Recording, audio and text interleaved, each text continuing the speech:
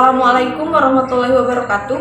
Perkenalkan, nama saya Dina Fitri Nursyifa dari Farmasi 3B dengan NIM 1804010123. Di sini saya akan menjelaskan tentang bioetika terutama di bidang farmasi.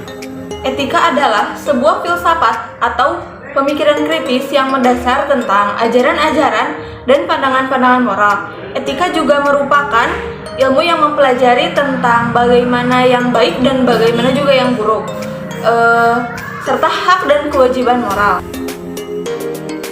Bioetika berasal dari kata bios yang berarti kehidupan dan etos yang berarti norma atau nilai-nilai moral.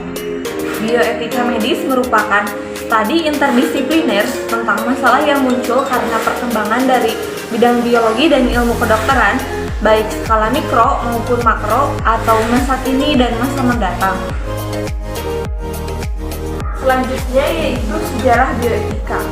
Dalam majalah medis tahun 1960-an, istilah ini masih sulit ditemui, walaupun minat dan perhatian dalam bidang bioetika telah muncul sejak tahun 1960-an dan awal 1970.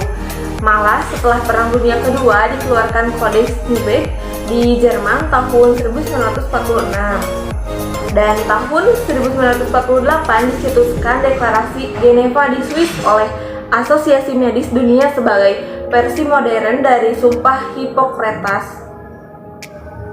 2 tahun setelah deklarasi, tepatnya pada tanggal 4 November tahun 1950, diselenggarakan Konvensi Perlindungan Hak-Hak Manusia dan Kebebasan Dasar yang menularkan rentetan pernyataan tentang perlindungan hidup dan integritas fisik bersama perlindungan dan penyelamatan kebebasan dasar sipil dan politik hingga dikeluarkannya pernyataan, konvensi, rekomendasi, dan piagam-piagam.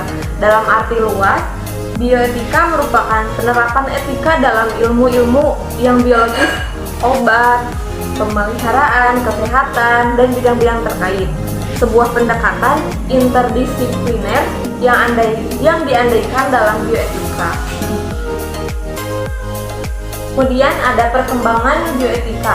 Perkembangan dalam biologi molekuler diiringi dengan perkembangan bioetika pada tahun 1953. Watson dan Crick memenangkan hadiah Nobel bidang biokimia atas keberhasilan penelitian mereka dalam menyingkap struktur molekul dari DNA, yaitu suatu materi genetik yang bertanggung jawab dalam pemindahan sifat dari induk ke keturunannya. Teman struktur kimia molekul DNA tersebut merupakan tonggak sejarah yang sangat penting dalam perkembangan ilmu biologi yang kemudian mengantarkan ilmu biologi ke arah molekuler. Ada 4 kaidah dasar moral bioetika. Yang pertama yaitu menghormati martabat manusia. Setiap individu atau pasien harus diperlakukan sebagai manusia yang memiliki otonomi atau hak untuk menentukan nasib diri sendiri.